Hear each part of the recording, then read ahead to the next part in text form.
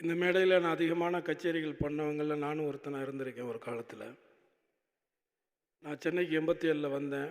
என்னுடைய ஊர் புதுக்கோட்டை மாவட்டம் தாஞ்சூருங்கிற ஒரு கிராமம். விஜயகாந்தன் எனக்கு வந்து உதவியாளர் இருந்த எஸ்கே சுப்பையா வந்து என் அண்ணன் தான்.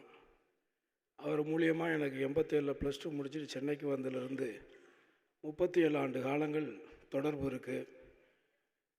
ஆனால் இது வரைக்கும் நான் எங்கேயுமே எதையுமே பெருசாக வெளிப்படுத்திக்கிட்டது இல்லை. அவரை நான் முதமுன்னு பார்த்தது மவுண்ட் ரோடு பேராமௌண்ட் எலக்ட்ரோபேட்டிங் கம்பெனியில் நான் வேலை செய்யும் பொழுது மைக்கேல்னு ஒரு சைக்கிள் வாடகை கடை சைக்கிள் வச்சுருப்பார் ஒருத்தர். அவர்கிட்ட வாடகை சைக்கிள் எடுத்துக்கிட்டு அந்த ராஜாபதர் ஸ்ட்ரீட்டில் எல்லோரும் சொன்ன அந்த இடத்துக்கு போனால் ஞாயிற்றுக்கிழமை பிரியாணி போடுவாங்க. பல ஆயிரம் பேர் பல லட்சம் பேர் அவர்கிட்ட சாப்பிட்ருக்காங்க. அந்த வரிசையில் நானும். அன்றைக்கி இப்ராஹிம் ராவுத்தர் அங்கே இருப்பார். அவர் எல்லாத்தையும் ஒழுங்குபடுத்திக்கிட்டு இருப்பார். அதுக்கு பிறகு எங்கள் தாத்தா ஒருத்தர், அந்த டைட்டில் தான் எஸ்கே சுப்பையா எடுத்த படத்துக்கு பெரியண்ணான்னு டைட்டில் வச்சாங்க. அவர் வந்து எங்கள் சொந்தக்காரர், எங்கள் அம்மா பிறந்த ஊரில் ரொம்ப ரிலேட்டிவ். அவர் எலெக்ஷனில் நின்னார். 87க்கு பிறகு நடந்த டிஎம்கே அந்த நேரத்தில் எலெக்ஷனில் நின்னார். அவருக்காக முதன்முறையாக கேப்டன் வந்து ஒருத்தருக்காக பிரச்சாரம் பண்ண முதல் பிரச்சாரம் அதுதான் நினைக்கிறேன், என்னுடைய நினைவு சரியாக இருந்தால். அதற்கு பிறகு நான் சினிமாவில் நடிகனாக வருவேன்லாம் நான் வரல. நான் ஒரு மியூசிக் லைனில் தான் வந்தேன். அது ஏதோ நடந்தது.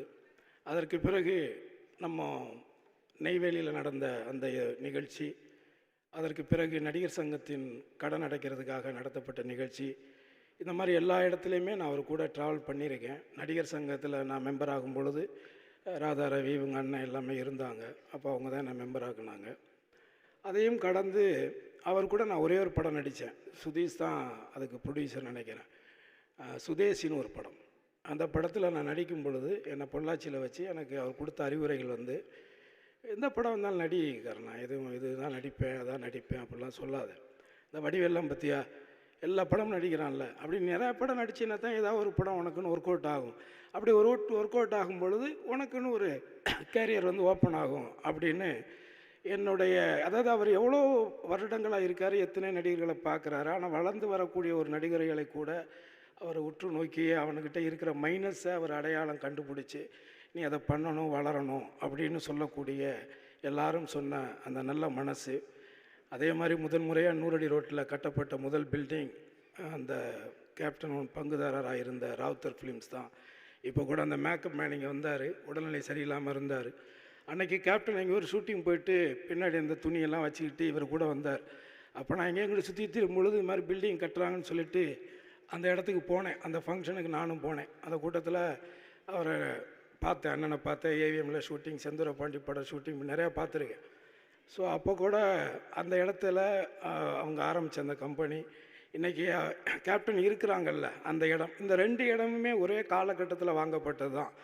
ஏதோ ஒரு படத்தில் அவருக்கு கிடைச்ச ஒரு 6 லட்ச ரூபாயில் 2.5 லட்ச ரூபாய்க்கு இந்த ராவுத்தர் பில்டிங் இடமும் 3.5 லட்ச ரூபாய்க்கு அங்கே இப்போ இருக்கிற கல்யாண மண்டபம் இடமும் வாங்கப்பட்டதாக எனக்கு ராவுத்தர் தயாரிப்பாளர் சங்கத்தில் தயாரிப்பாளராக அவர் பொறுப்பில் இருந்த காலகட்டங்களில் சொன்ன விஷயங்கள் தான். இப்படி எவ்வளவோ விஷயங்கள் அவரை பற்றி எனக்கு அவருக்கும் நிறையா இருக்குது. ஆனால் இந்த இடத்துல நான் நினைவுபடுத்த விரும்புகிறது ஒன்றே ஒன்று தான். அதாவது எண்ணம் போல் வாழ்க்கைன்னு சொல்லுவாங்க. அந்த எண்ணம் நல்ல எண்ணங்களாக இருக்கும் பொழுது நிச்சயமாக யாராக இருந்தாலும் இவராக ஆகலாம் அப்படிங்கிறது தான் ஒட்டுமொத்தமாக. நம்மளுடைய எண்ணங்கள் சுத்தமாக இருந்தால் நிச்சயமாக அண்ணனை போன்ற ஒரு இடமும் மக்களிடத்தில் கிடைக்கும். இன்னொரு விஷயம் வந்து, என்னை பொறுத்தவரை நான் ஒரு கிட்டத்தட்ட ஒரு 23 வருஷமாக இந்த துறைக்கு வந்துட்டேன். 160 படங்களுக்கு மேலே நடிச்சிட்டேன். எல்லா நடிகர்கள் கூடவும் நான் நடிச்சிட்டேன். நான் நடிக்கலைங்கிற நடிகர்கள் 1-2 பேர் வேணால் இருக்கலாம்.